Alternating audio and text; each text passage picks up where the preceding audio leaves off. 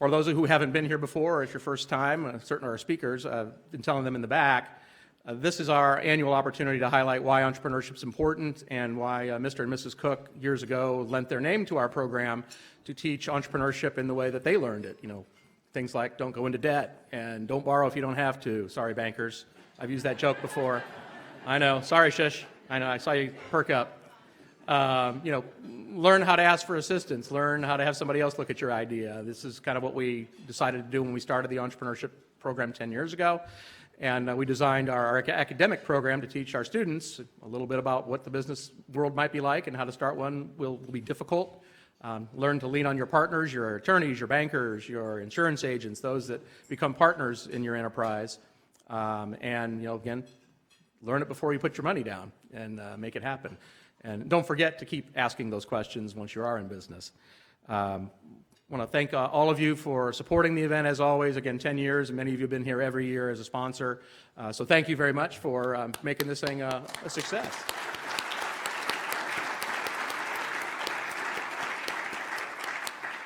Certainly don't want to forget the opportunity to thank our keynote sponsors for the event, Cook Medical, which has been here every year. Thank you to our friends from Cook. Glick Art, Marianne Glick and her team from Glick Art in Indianapolis, thank you for being here. She's also a State Board of Trustee member. Thank you. The Indiana Small Business Development Center, Troy Phelps and his team, again, keynote sponsor, thank you so much.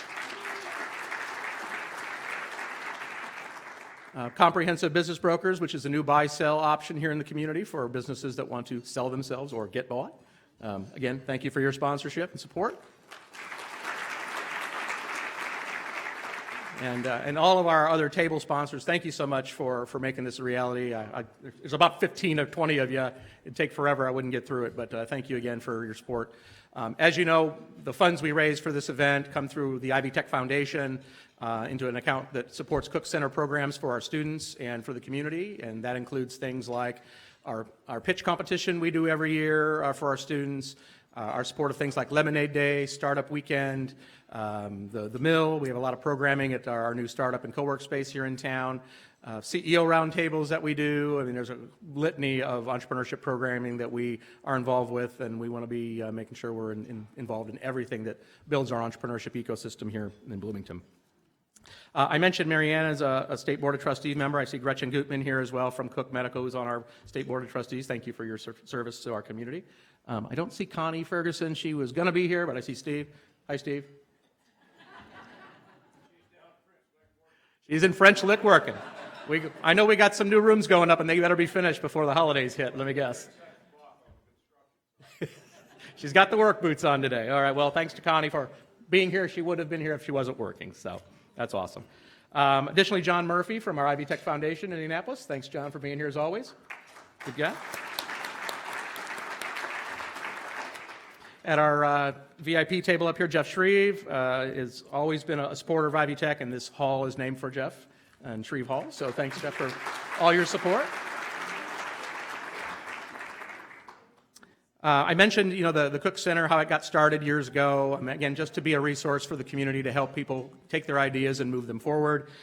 We have a lot of our current employees at the Cook Center and the Small Business Development Center team to recognize, and for some of those who are no longer with us, have moved on to good other opportunities and careers. Noel Niehaus, who was our first coordinator, who's not here today because he had a client meeting. He works for WGU Indiana as a mentor right now. Megan Turner, who served as coordinator after Noel. She works for a tech company here in town and probably had a client issue she had to deal with today. Otherwise, she would have been here. I want to highlight Jack Driessen, who's here in the front. Jack's our new coordinator. If you haven't met Jack, he just graduated from our accounting program here this past spring, and we brought him aboard. Jack's doing a great job. He takes care of all of our stuff because I don't do anything, as you're probably well aware. I want to thank Joyce Poling. I forgot to mention Joyce Poling in the thank yous last year, and I have not stopped hearing about it until now. So I want to thank her twice. Joyce Poling.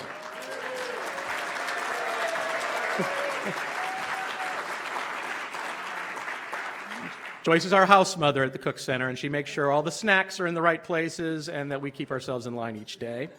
I want to thank all my team from SBDC. I see Terry Brown and Gary Ayers over there. Throw your hands up. They do a great job working with our clients that come to the Cook Center for assistance. And the fact that they do their job, again, I don't really have to do much in my job, which is really good. Okay, so all of our team, thank you again, and all the staff who's helped, our marketing department, our facilities team, our IT group, everybody who helps make this happen. We have a coordinating committee that meets year-round to plan for these events. If you don't see that behind the scenes, but wave your hand if you're part of that group. I want to thank you very much. You might be hiding in the back, most likely. All right, well, thank you again for all of that. When the Cook Center got started, there was a group of community leaders who came together to come up with an idea of something to do to thank the Cook organization and the Cooks themselves for all the contributions they've made to the Bloomington community, the state, and certainly healthcare around the world. I want to recognize a few of the names that you'll hear, and some of them are here tonight. Bob Hamill, Sue Talbot, Linda Williamson, who's here at the front table. Joyce Poling, it's the third time I'm thanking Joyce Poling. Go Joyce. Bill Stevie, John Weikart, who was our former chancellor. I don't think John's here, is he? He must have had something going on. His daughter just went to college. He's probably trying to chase her down right now. And the late Steve Howard.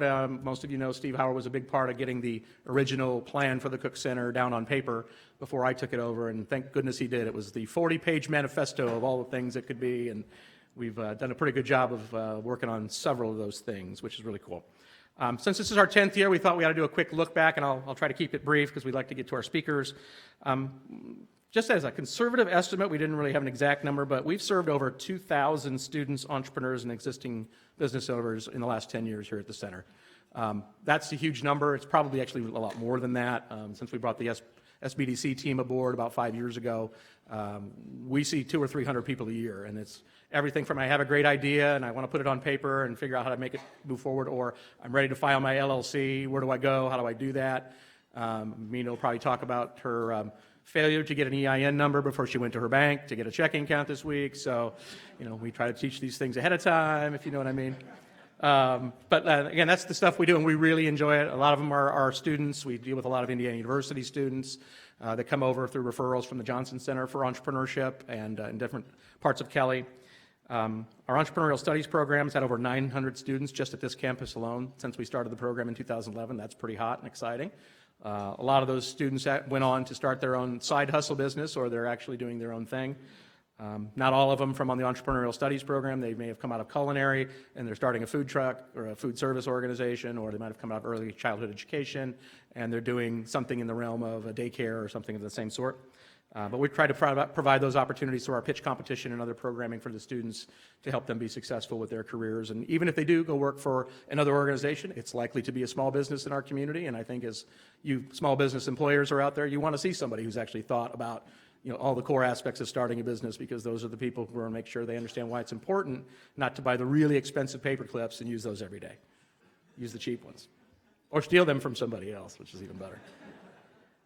We provide outreach through our Ivy Tech region, which runs from Bloomington all the way down to Orange County, French Lick. We've held 4 Duke It Out pitch competitions. We'll have our 5th competition here. I know Bruce Callaway's here in the back from Duke Energy. He's been our keynote sponsor for the pitch competition for the last 4 years, and will be this 5th year. That'll be happening in November of this year. You might see a slide on the slideshow on the side about that.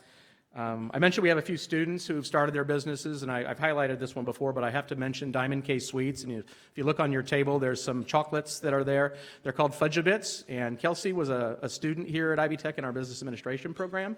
Came to the Cook Center for some support through a couple of our programs a few years ago. Her and her mom are carrying on the tradition her grandmother creating these awesome little fudgy bit bites for the holidays to sell to friends. And just last week, they were on QVC for the first time selling these things, which is really hot. So if you go on to QVC and you say Fudge-A-Bits, you'll be able to see the video of Kelsey, Christy, Kelsey's mom, talking about how her grandmother's in the packing room fulfilling orders at 87.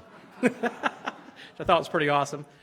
There's one on virtually every table. You can fight over them to take them home. You could share them. I'll leave that up to you. But again, we like to highlight the good things our students are doing. We've probably been a part of every entrepreneurship endeavor in Bloomington in the last 10 years, and certainly in the region around us. I mentioned some of the programming earlier. Just recently, Martinsville did a high school and a community pitch competition. They're getting ready to do their second one here later this fall.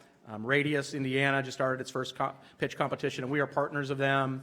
We've supported the Crane STEM Camp by adding a pitch element to their entrepreneurship and STEM camp in the summer.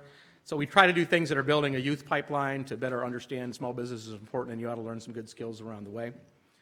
We have a great partnership, as I mentioned, with the Small Business Development Center as our host. We're one of the top performing regions in the state each year, thanks to Troy Phelps and his team for supporting us. I think the state and the Small Business Administration have put over $1 million into this campus through grants to our Entrepreneurship Center in the last 10 years.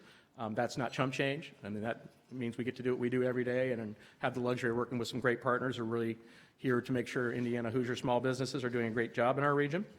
We also host the SCORE Bloomington chapter. We provide some space for them to meet with their clients here in town. Jim Silverstein, I know he's here somewhere. Where's Jim? All right, Jim was a big part of founding of our program and just retired last year, but we wouldn't let him go completely.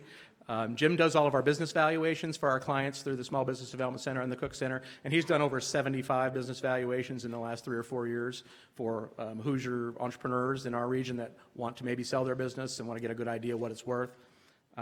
Building off of that, one of the things we always are asked next is who do I go to help me sell this business, or if I'm interested in buying, who do I talk with? And we have a new partnership with Comprehensive Business Brokers as Dave Miller and John West. They're here to help area companies with buy-sell decisions, and they're a great handoff point for us because we don't do the buy-sell negotiation process, but they do. So we're really happy they're here and really happy they're sponsoring. That's it. That's a lot. How about that?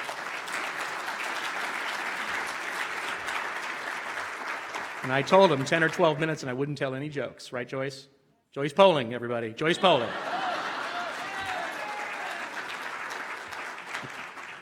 Never give me the microphone, Joyce, I know. Okay, let's get to the fun part. We have some awesome people here who have had a blast with playing catch in the back with a gourd with little Jack here. Let me quickly introduce our speakers. When mother and daughter duo Karen Laine and Mina and Starsiak flipped their first house in late 2000 under their banner Two Chicks and a Hammer, neither expected to eventually find themselves on an HGTV house flipping show, better known as home renovation show and historic renovation show, as I've come to know. The self-proclaimed Midwestern girls are the stars of the hit show Good Bones, now in its 4th season, racking up over 13 million viewers. That's pretty awesome. And the show is proven to be one of the network's breakout hits. The pair hunt down battered homes in bleaker Indianapolis neighborhoods, transforming them with an average budget of $180,000, with help from some rough and ready demo teams. And you'll hear from Tad here. He's part of the rough and ready demo team.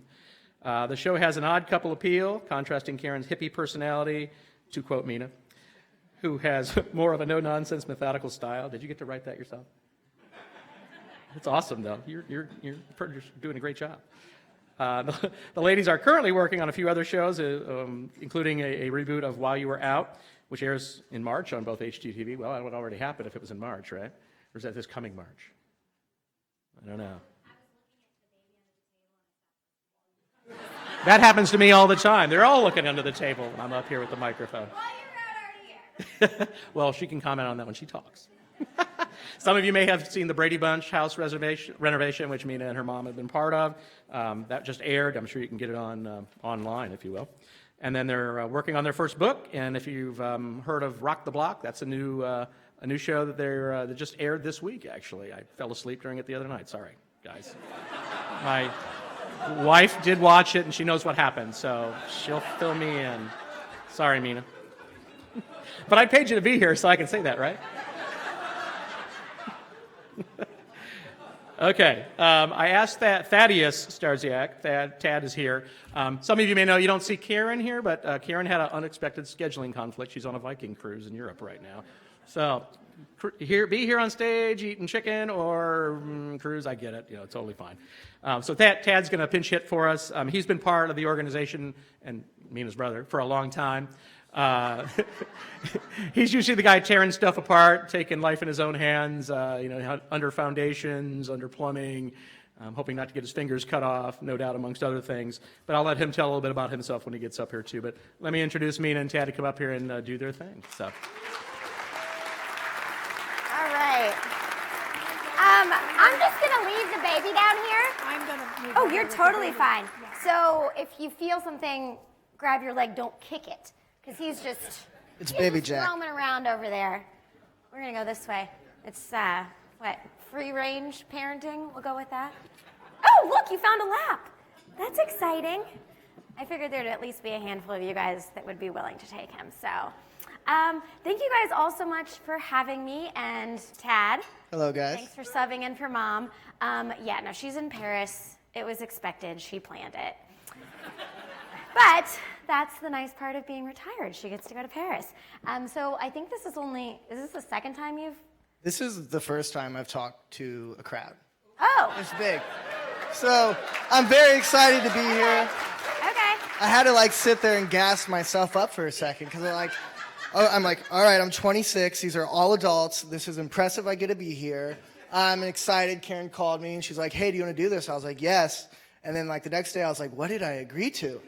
But we're on the way down here and he's like, so what are we doing? Yeah, what are we talking about? I'm like, I'm going to gas you up. That's what I'm going to do. I'm going to be your hype man for the Perfect. talk. I'll take it. I'm sure you'll throw less punches than Mom, and apparently. Yes, that's 100% true. Oh.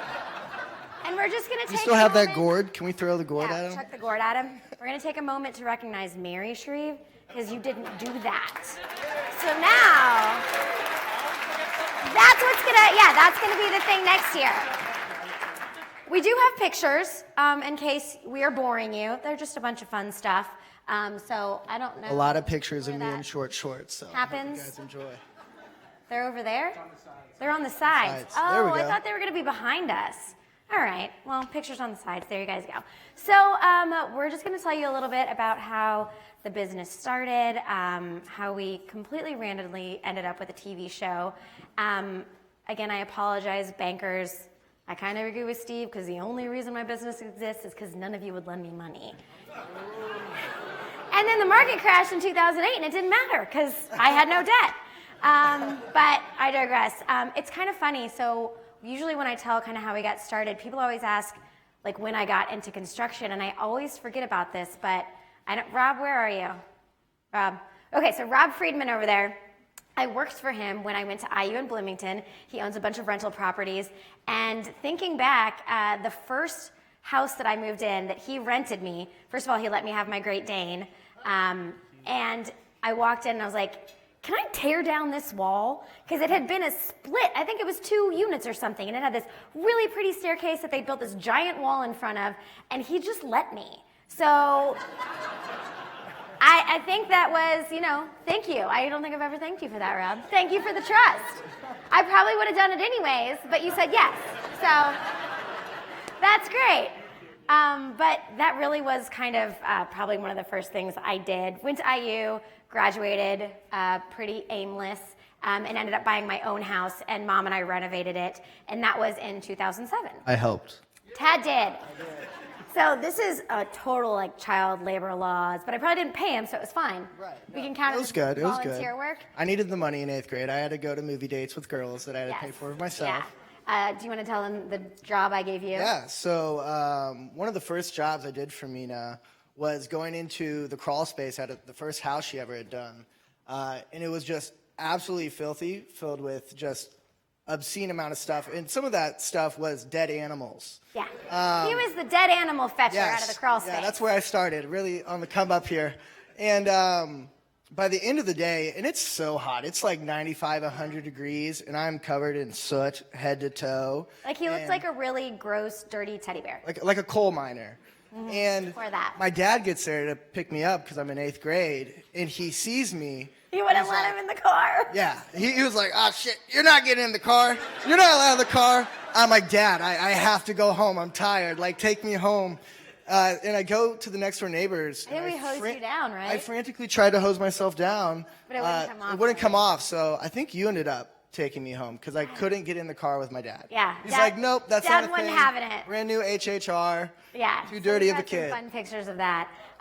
But that was the first house, and Mom and I did a bunch of the stuff. Tad obviously got a lot of the grunt work, but we just kind of learned as we went there. I YouTubed how to install tile and tiled my bathroom tile. Jody, what do we need to do? What? Okay, I don't know what's happening. They're gonna figure it out. And it was, I think that, no, that's not my house, sorry. On the left, I thought it might be. That one's way prettier than mine. So all the pictures from before the show, we try not to show you guys because they were really bad. Because never in a million years was I planning on this many people giving a hoot about going to our Facebook page. And I don't think Instagram was a thing. So they were epically bad. But that's where we learned to do most of the stuff, and it was a lot of trial and error.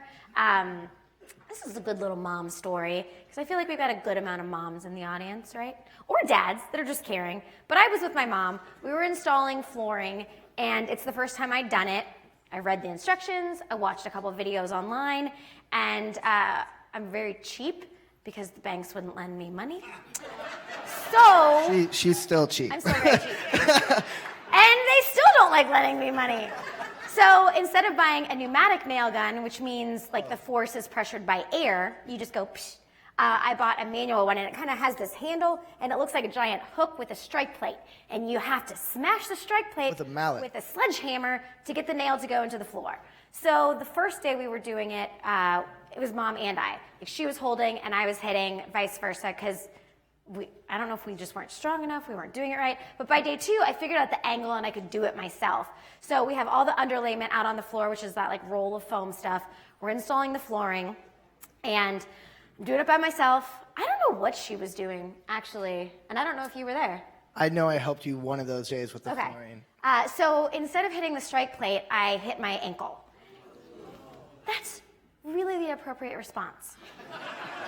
And she just started dying laughing. And she's like falling back, pretty sure she peed her pants, dying laughing. And it was immediate karma because we hadn't cut out the underlayment where the HVAC holes were, and she fell into the return. And then I laughed at her. So that's pretty much how like the next decade went with renovating. And we just had a lot of fun. Tad, in and out he went to IU, in and out of school, would come back and help do projects. Yeah, basically in 8th grade, I just started demoing houses for Mina in the summer with my football buddies. You're a teenage boy with lots of testosterone, and she would just throw us into a house, and we would demo it. And also, I would follow Mina pretty much to everywhere I'm going to stand over here now. Pretty much everywhere she worked. When she was a waitress, I would be a busser. So I've not been an entrepreneur yet myself, but I've just gotten to watch. But he knows, you Mina's, just tag along the entrepreneur train, and you'll get there. Agreed. Agreed. Eventually. Yeah. So yeah, he's been on the team since the beginning. There you go. Now you guys can watch us and that. Demolition. I think you came up with that. I didn't, but I'll claim that. You didn't? Did Austin? I think it was Austin. So that's kind of our goal. Yeah, so we combined the word demolition with revolution. So the first spark of changing a neighborhood, rehabbing that neighborhood, and revitalizing it is the demo of the old. While I'm not Karen, I kind of still have her hippie spirit. I got the man bun, so I can speak to the spirit of the house. I didn't know that was a hippie thing. Man bun? Yeah. Yeah, no, that's a hippie thing, I I think think. that's like a basic white dude thing now. What about the boots and the cuffed pants? Again, very basic. Whoa. What? I'm just saying. I'm All not right. saying I'm anything special. I'm not going to throw any shots. I'll lose. Oh yeah, the spirit of the house. So when you're demoing it, I get to see it at its absolute worst. We did a house this year that was chest high, just hoarder stuff, and then you get down to like the halfway layer, and things start to get wet, and things are living, and there's like house juice, and you're just like, skin is crawling. None of you thought that was a thing. Yeah, house juice is a thing. House juice is a real You thing. toss a box down the stairs, just trying to get it closer to the dumpster, and then it's got like jars of like 30-year-old food that burst in people's face. Splattered a bunch of ball jars that I don't know what was in that. It was bad, like, though. At my feet, down the stairs, and I was like, okay, come down now. This is you. So demo is that spark that. Hey, Jack. He's being so good. Demo is that spark that once you get through demo, you start to see the house transform, and you can actually see it becoming this really awesome place that a family couple is going to make memories, they're going to have experiences in. Well, and I think one of the reasons that Steve wanted us to come is because we're not just trying to flip houses. We're not, bouncing all over the city and the state. Like, we're really trying to focus on our area and bringing it up, and the services you guys are offering. I mean, in Bloomington and the surrounding areas, that's the goal, is to take all these small businesses and help them succeed. And so we were doing okay with 2 chicks and a hammer.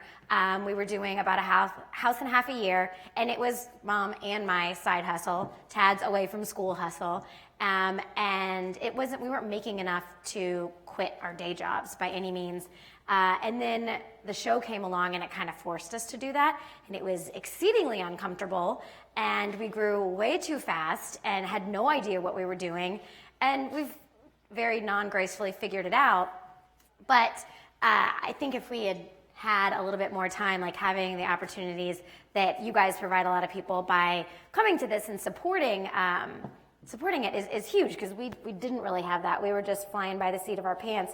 But because we have the show now, we're able to do so much cool stuff with local small businesses to help get them a little bit of a platform. So whether it's someone that reupholstered a cool couch and they get seen on the show, and then a bunch more business, or metal workers. And it's been really interesting, especially with how many of you guys watched the Brady Bunch renovation?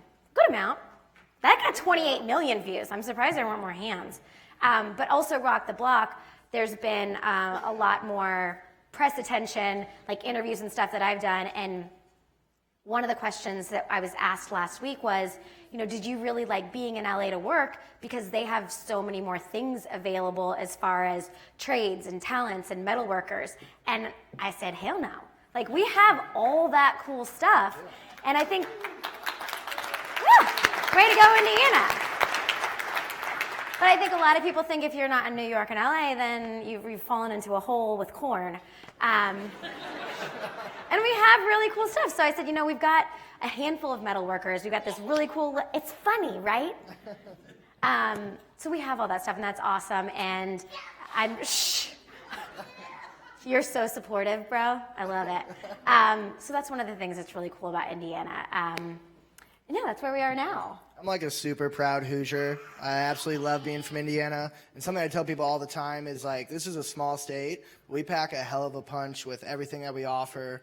Mm-hmm. And being 25, 26, I have a lot of friends who are just getting out of school, trying to start their own businesses. And on the way, learning what we're talking about today, it was like, this is a great tool for those people to be able to use, to be able to start their business and grow, because it is terrifying, I imagine. I've seen it. Yeah, no, I've actually gotten some of the flack from it, but... Oh, yeah, come at me when we're in, like, a financial depression. Bring her a change order. Don't do it. Yeah, change order. Ooh. It gets ugly. Not a thing.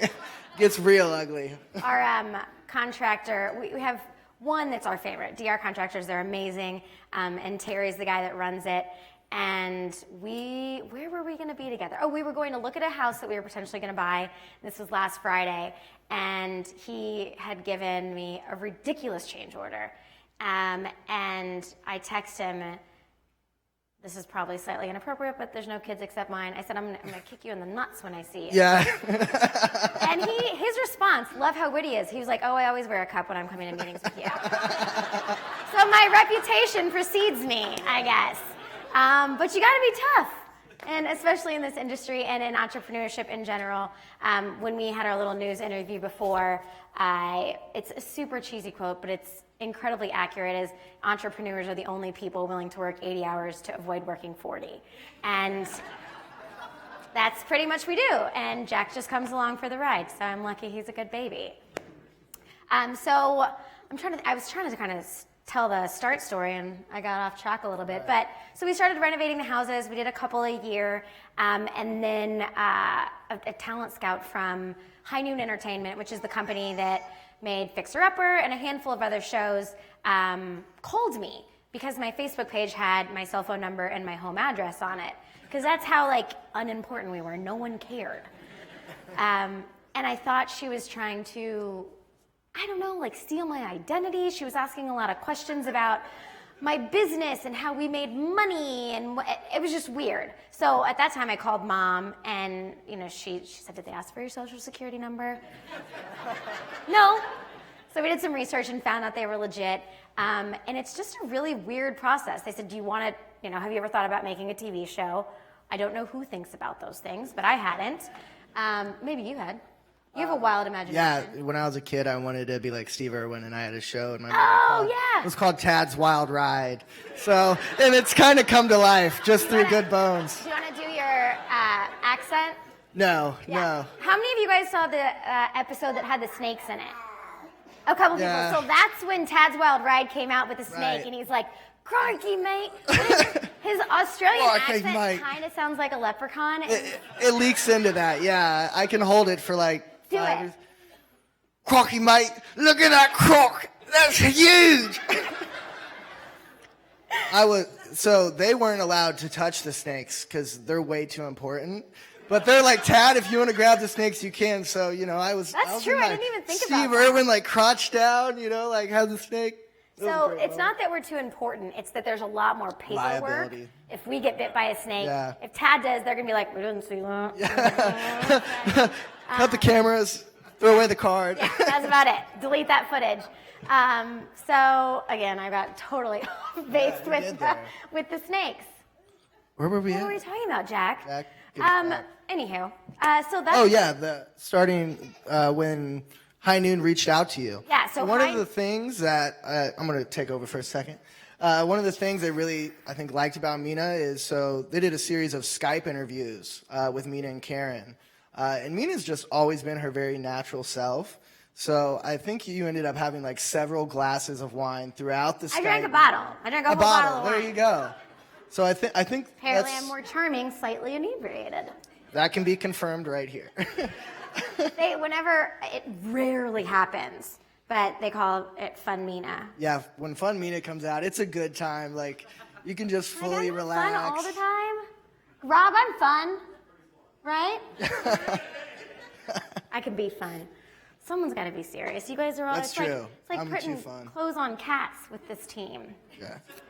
You're not wrong. No, I'm not No, wrong. she's not wrong, so Hi. Are you going to be sweet? he's always sweet. So we had a Skype interview. They just asked us a bunch of questions. They sent us this little flip cam that they probably don't even make anymore. I don't know what it was. And had us just film the neighborhood. So I'm like Vanna Whiting the cultural trail and showing some of the first houses we did, and filming just, stumbling into contractor meetings impromptu because they had messed a bunch of stuff up. And we sent it back, and they put it all together in what they call a sizzle, and sent it to HGTV. And they were like, yeah, they're interesting enough. Let's do this. And this is one of my favorite stories because I'm going to ruin all your lives now. TV is not real. And I've found it out the hard way with House Hunters, and I was heartbroken because it is not real. And I was on a rant for like 6 months when I found out about this. And then we had a House Hunter International camera guy sub in on our show. So of course I'm ranting to him, and he says, this is gonna make it even worse. We've actually filmed them backwards. So we had expats that didn't want to be abroad anymore and were moving back to the States, and we just filmed the show backwards. And I was like, I can't even do it. So a lot of the times they just make stuff up for the show, and one of the things that was really important to us was that we're not going to do that, because I couldn't stand like the old version of HGTV being in the business maybe, because I'd see him doing something and I'm like, that's just not real. It's not a real thing. Was that, nope, it's just a kitchen, it's not me. So all these executives come out, and we were gonna show them a couple of the houses that they could choose from for us to film our pilot. And yeah, that's Mom. Thanks, buddy. So we get in the car because we're getting ready to go on this tour, and I get a call from my contractor, Adon, because this house that we're supposed to close on in 2 weeks, the entire interior door order came in wrong, which is problematic on many levels. The doors shouldn't be coming now when we're closing in 2 weeks, but you kind of get the gist of where this project was going. So I tell them we've got to stop by. I need to figure out if they're so wrong that we can't use them, or if we can make it work. And we set off on our tour, and we're still talking about, see, this is what we're talking about. Things go wrong. The whole door order's wrong. There's all this drama. We close in 2 weeks. You guys this is the stuff you guys live for. And we get out, I'm talking to my contractor, and we're also caulking and painting the exterior of the house, which we shouldn't be doing if we're closing in 2 weeks. And there was a one-story shed on the back, and there's a painter standing on the one-story shed, and he's just like painting the trim down the side of the house, and he's like painting, and he then just fell off the house. And he didn't just fall off onto the ground like 8 feet below. We had dug a giant hole for an access to the basement, so we fell like the normal 8 feet and then another 6 down into this hole. We had to call an ambulance. He didn't speak English. I think he broke his ankle. So all this is happening, and the producers are just loving it. Like, one of them whips out their cell phone camera, not because they were going to use the footage, but I think they wanted to see how we were going to react. And they're like, give us the play-by-play. What's happening? I'm like, I don't know. That's all I got. So we manage that. You know, we leave the scene and again say, see, we got it all. He just fell off the roof. It's cool, you guys. And that stuff happens all the time. So we filmed our pilot, which was a ridiculous feat. A whole house in a month. Yeah, we did it in 32 absolutely days. Crazy. And it usually takes us about 6 months to renovate a house. But for TV, they gave us 11 filming days over a month period. We didn't know yet that we could actually push back a little bit. No, at this time, you're just like, you got to do it. You're just the yes person. Yeah, whatever you guys need me to do, I'll make it work. And somehow we did. The house didn't function at all. The toilets were just sitting in place. There's no water hookup, no sewer hookup. The back master vanity, they don't re-air this episode because it's terrible, but did any of you actually ever see it, the pilot episode? Okay, good. We got a little hand over here. You saw it? Well, you probably didn't notice. The back master bathroom vanity, the Carrera marble had broken on the double vanity sink, and we had no time to fix it. So we took a piece of cardboard, and we took Carrera marble contact paper and just set it there. Like, we didn't cut out sinkholes. We didn't, like, set fake faucets on. It was just a piece of cardboard. And no one noticed. So that's TV. That's the magic of TV. But we passed the test, and every season we've done, they've said, you know, you're probably not getting another one. This never happens. And now we're doing season 5, and we kind of have it figured out. Yeah, it's very exciting. So season 5, and you know, we got to do the Brady Bunch House, which was incredibly cool. And now Rock the Block, and I'm probably not supposed to tell you guys, but we'll know if we have a spinoff by the end of this year that'll be in Indianapolis, and it'll kind of be based on helping millennials navigate the home buying process, because for a lot of people it feels a little unattainable. So that would be super fun and give us even more opportunities to kind of pull the businesses in and work with a lot of other people. So it's been a wild ride. Do you have anything else you want to add? I don't think so. I would like your microphone. Yeah. This is your moment. Say something like... Say what? Meaningful and important. Right. Where I love my sister. Wow, Tad's not just a circus bear. No, I'm kidding. No. Yeah, I was like, what? What do I have to say? No, you're good. Okay. Yeah, so we would like to leave enough time to answer questions, like whatever you guys want to talk about. We are open to answering anything. We really have no boundaries. So, business related, where Jack's clothes are from, whatever. So yeah. Do you want to go around with the microphone? Yeah, I can do that. Okay. Be happy to. She's very enthusiastically raising her hand, so she wins. Yes. We have question cards on the table, so if you have a question, just write it down, and some of our staff's going to come around. Okay. Sorry, that's not as Sorry. fun. But while You're I feel doing like that, I got to get- run over to her and give her the microphone. Just this Totally first do. one. You do that. I think she was Lose expecting an it. ankle. Oh, I won't. he has to say things while you're walking, though, so don't talk. It's totally fine. If you have a question, write it down. They'll come get it. But I'll ask a question in the meantime while he's doing that. Okay. So who's the biggest diva of all the HGTV. of all the people you've met? Who's the biggest diva? Honestly, it's all the boys. Oh, really? And I joke, it was actually on my Insta story a couple of weeks ago because I was filming with Drew and Jonathan Scott, and their makeup gal was doing my makeup and hair, and she's like, what do you want me to do? And I was like, Nothing? Can you not touch me? And then joked with her about which brother takes more prep time. And it's true, every time I've worked, all the guys that were on the Rock the Block set, they wear more makeup and get touched more than any of the girls. So. I got zero makeup. All right, you got a question in the back? Go ahead, By the Tad. way. All right. This is Linda. Hi. I wanted to see how many people you employed, and of those that you employ, how many women? Most of them are women, which probably Really? the boys don't like because we give them hell. I'm okay with that. Yeah. I'm okay with that. It's 2019. We have a lot of very, very strong opinionated women. So our team has slowly grown and really cool, but also a pain in the butt. Most of it's family. So my sister Kelsey is our chief business operations. So she incubates all of our new projects. My sister-in-law's sister Alexa works for us. She's our COO, so all kinds of everything. We have a project coordinator, Sarah, who just started. Obviously, she's a female. And then on the rest of the project management team is Tad and Corey. This is really funny. Some people think there are two people, Toey and Corey, because I call him that in the show, and we're just going to keep going on with that. And then we have Darla is our new HR gal in the front. Our two design guys are men, and our social media manager and most of our social media interns are all women. So we've got a pretty big chunk.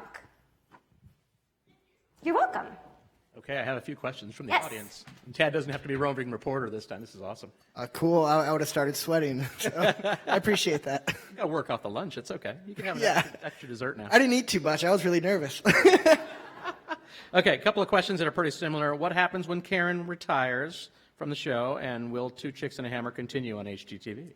Yeah, so Two Chicks and a Hammer, we're not going anywhere.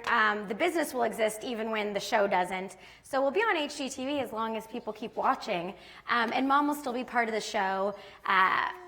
Really, she's not in the office doing day-to-day stuff. The stuff she did on the show before, which is the landscaping designs and kind of a sounding board for a lot of the planning stuff and her DIYs, she'll still be doing all that stuff, just vacationing a lot more in between. Okay, that's a good one. What attracted you to the neighborhood you chose to renovate? The neighborhood, so Fountain Square we started in because Mom was an attorney, and this was about a 20-minute walk from the city county building downtown where she had to be every day. And it was the only neighborhood close enough that you could get a livable house for $50,000. So that's kind of where we started, because it had been up and coming since as long, I'm 34, people have been saying that for 30, 40 years. So we weren't really sure if that was going to happen, but that's kind of why we took the chance on the area. How long were you in the business before you began Good Bones on HGTV? I don't think you answered that. So we started in 2007, and the pilot, all that stuff started in 2014, I think, and the pilot aired in 2015. Love this question. What home improvement trend are you tired of? What are you tired of? No, I don't feel qualified to say. Maybe you're white on white. It's a little too much sometimes. You didn't ask what trend of mine you were over. Say shiplap. Well, that's the one I see the most. She loves Carrera. It's beautiful. No one is mad at a white kitchen with Carrera. You can be offended by dark cabinets. That's true. White cabinets, you might be not my thing. Yeah, okay, I don't really like shiplap. Retract. It. I have to find. I'm gonna Uber back home. I'm not I don't pay attention to the trends much because I like to do things as timelessly as possible. But I think everyone is a little bit over the shiplap. Ombre kind of came and went real quick. Yeah. I don't know. I don't know any other Chip and trends. Joanna went out about the time shiplap should go out. Well, it's so funny. Mom, we got to go to the celebration, I think the second year, and poor Joanna, I'm sure everyone talks to her about shiplap. It must be exhausting. It's like everyone asking us, where's your second hammer? And we get gifted hammers a lot, too. So Mom asks her about the shiplap, and she's like, I hate it. I'm over it. I hate it. We used it once, and now it's a thing, and everyone wants us to keep using it, and we have all these shirts that say #shiplap. So I don't know what to do. So who's going to fess up and say they have shiplap in their house? We've used it. It's totally appropriate in certain places. But that one house that Josh shiplapped the whole thing. Well, we were only supposed to shiplap some of it, and we like walked in one day. It was like, oh, Completely shiplapped. all shiplap. He went rogue. Okay, this is, I want to know who asked this one. When building a new home, what should we look for in the pre-drywall walkthrough? Pre-drywall walkthrough. I think you definitely want to look at your foundation, because if that's not right, and I don't know if you're talking about building a new home, the foundation cracks, make sure everything is looking sturdy, look for any, it's probably rained by the time you've got to this point in your project, so look for any watermarks in places where maybe they shouldn't be coming in. Framing, you need to know a little bit about, but also you can just be reasonable sometimes and be like, feel like something should be supporting that and it doesn't look like it is. So just ask a bunch of questions. What can you think of offhand? I mean, the foundation's the biggest issue. Messy wiring, that's your opportunity to do that stuff right. So I think a lot of the times you can tell the quality of the work, even if you don't know anything really about construction, by job site cleanliness and just the tidiness of the work. Because if they care about those things, then, and those are seemingly small, then they care about the big things. Okay. Without bank financing or funding, how did you buy and flip your first home? I was in a car accident while I was in college and got a settlement from that was like $20,000, and I invested it and I pulled it out right before everything crashed in 2008. So I think I had about $40,000, and that's what we used to buy our first $12,000 home that we renovated. And I think we put about $46,000 into it. So the rest was just, working, making money, and putting it in. Mm-hmm. So you reinvested in your Reinvested it. Once we got into other homes, we just had a lot of private investors. My brother's best friend from high school, I don't know, he had a trust fund or something. Must be nice. He was an investor, and we sent him the contract, which never actually got signed. I love this story. And he wrote into the contract that if we lost him money, I was required to bear 4 of his children. Because he'd done the research, and if you procreate with a redhead, you have a 1 in 4 chance of getting another redhead. So he'd really thought it through. But yeah, so we were very creative Tough early contract. on. I'm sure there's some attorneys in the room that can help you work through that. Yeah.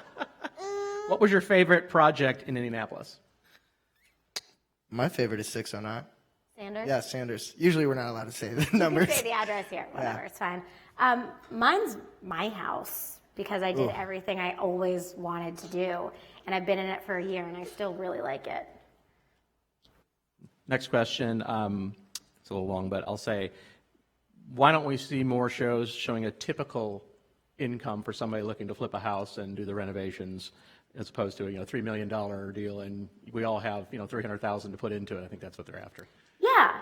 I think it's because the other shows are in areas where real estate's so expensive. Yeah. Most of them are on the West Coast, just because the weather there is easier to film in. 100%. So they're just now kind of going away from this like host mentality model for shows and trying to find real businesses. So they're kind of casting a wider net and finding interesting people and interesting businesses, and then dealing with everything else it sucks doing construction in Indy in the winter. And our producer's from LA, and he's like, what is happening here? It rained for 26 days straight in July. The first season when we started, and they said, we didn't know this happened in Indiana. I don't know why it's raining for 26 days. So I think it's just geographical, but also with bigger money, there's bigger stakes, and they love that. They want you to be biting your nails. Are they going to lose $1 million? Like, if you lose 10, to them, it's not that exciting. Yeah, and this kind of follows on that. So, when you purchase a home, or the sales price or the typical price is X, and then I have $150,000 to do renovations. Do people really have that much money to do a reservation? On our show, yeah. So we only do our own homes, and we do homeowners ones on occasion that fit. We've kind of set the precedent that we have pretty large scopes of construction. So right now, season 5, we're doing a homeowner renovation, and they are moved out for 8 months. It's a full gut, and I think they're at like 130,000. But also sometimes the networks used to pay for stuff more, especially with the Property Brothers. They set kind of a bad precedent because they would do shows and like get their kitchens done for free, which is super cool, but they don't really do that anymore. But they do provide, not sure about other shows, but for us, it's called an upgrade budget because we're renovating houses in very transitional neighborhoods. So if we put in $10 square foot flooring, we're not going to get that money back in the sales price of the house. But the network doesn't want us to put in, the $2 square foot flooring that's great and the white subway tile that's $1 everywhere because that's not interesting. So they provide this chunk of funds for us to upgrade some of the finishes going in without us suffering on the back end. So we can't sell it for more, but we're allowed to make a more creative product. So they do help with that. Are you happy about this one? A loaded question, because I'm giggling already. Do you accept houses suggested by owners? I have one that is not inhabitable, but has some positive qualities. Who wants to fess up and raise your hand and say who that's from? I accepted a house. We get a lot of people that reach out, and we actually do buy homes from them. I accepted a home that was given to us for free for season 5, and I'm like, this can't go wrong. It can. Spoiler alert, turns out it can. I saw that one. And we'll see how that plays out in the show, because there's not a house there anymore, and we're gonna have to figure it out. Got the episode where the entire center of the house was caved in. That was another one. But no. it sounds similar to this one. Yes. Yep. So. Well, you have to deal with them, Tad. Yeah. Oh, I'm aware. Yeah. We actually met out on that job site yesterday to deliver some news to her. So it wasn't bueno. And I actually have more not bueno news on that house, but I haven't told her yet, so. Don't. It'll be a long ride home. I'm supposed to wait to tell her till we do a scene tomorrow, so. You have to. I'm not in town tomorrow. I'm in New York. Oh, okay. But I think we're going to fix call you it then. And then tell me. Yeah. Okay. That's exactly how that works. All right, take away all the sharp objects in the car. Yep, exactly. Yep. Okay, the last one is actually a comment, but if they filled it out, I'll say it. Okay. I'm just so happy that you represent Indianapolis for us. Your family is just delightful. That's a great way to end Thank it. you. And thank you guys so much for having us. It's been awesome. Thank you. Thank you to our speakers, Mina and Tad and Jack.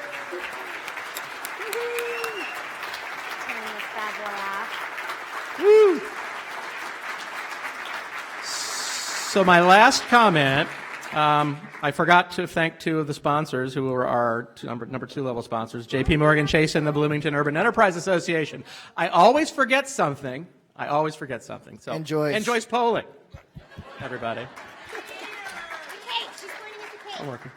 So Marianne Glick from Glick Art has graciously donated a piece of art for every table. You have a dessert plate on your table. If there's a sticker underneath of it, you get to take it home. Or you can bargain with somebody at your table. That's up to you. And if you threw your dessert plate along, you're out of luck. I know. Didn't take long.